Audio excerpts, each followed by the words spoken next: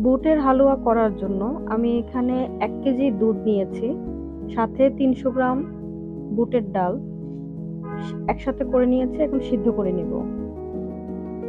বুটের ডালটা আমি প্রায় 8 ঘন্টা ভিজিয়ে নিয়েছিলাম। এই পর্যায়ে ডালটা সিদ্ধ প্রায় হয়ে গিয়েছে, আমার আরো 20 মিনিটের মতো লাগবে। এটা একদম শুকিয়ে ফেলবো, তারপরে আমি ব্লেন্ড করে নিব।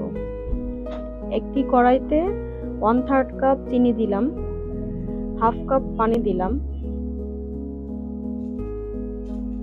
গরম মশলা দিয়ে দিব, এলাচি, দারচিনি আর তেজপাতা। ক্যারামেল করে নেব।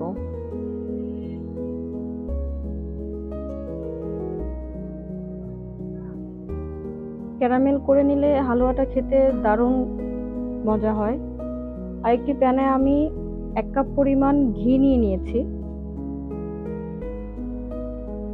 এখন ব্লেন্ড করা ডালটা দিয়ে দিচ্ছি।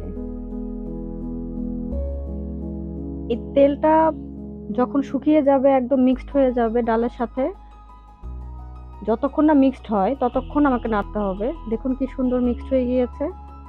এই পর্যায়ে আমি যে দিয়ে দিব যে ক্যারামেলটা করে রেখেছিলাম, চিনির মানে শিরাটা, ওই চিনির শিরাটা আমি দিয়ে দিচ্ছি।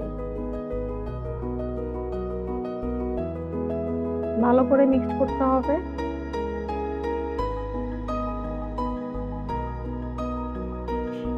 অনবরত নাড়তে হবে। স্বাদ মতো লবণ দিয়ে দিলাম।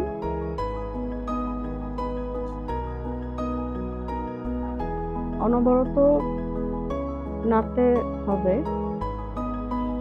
1 টেবিল চামচ দুধ দিয়ে দিয়েছি। হালুয়াটা প্রায় হয়ে গিয়েছে, প্যান থেকে উঠে আসছে, মানে হালুয়াটা হয়ে গিয়েছে।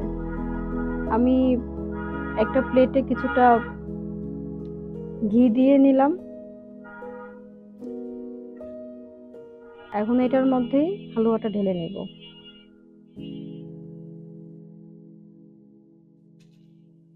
ঝটপট এই হালুয়াটা বাসায় করে ট্রাই করে দেখতে পারেন।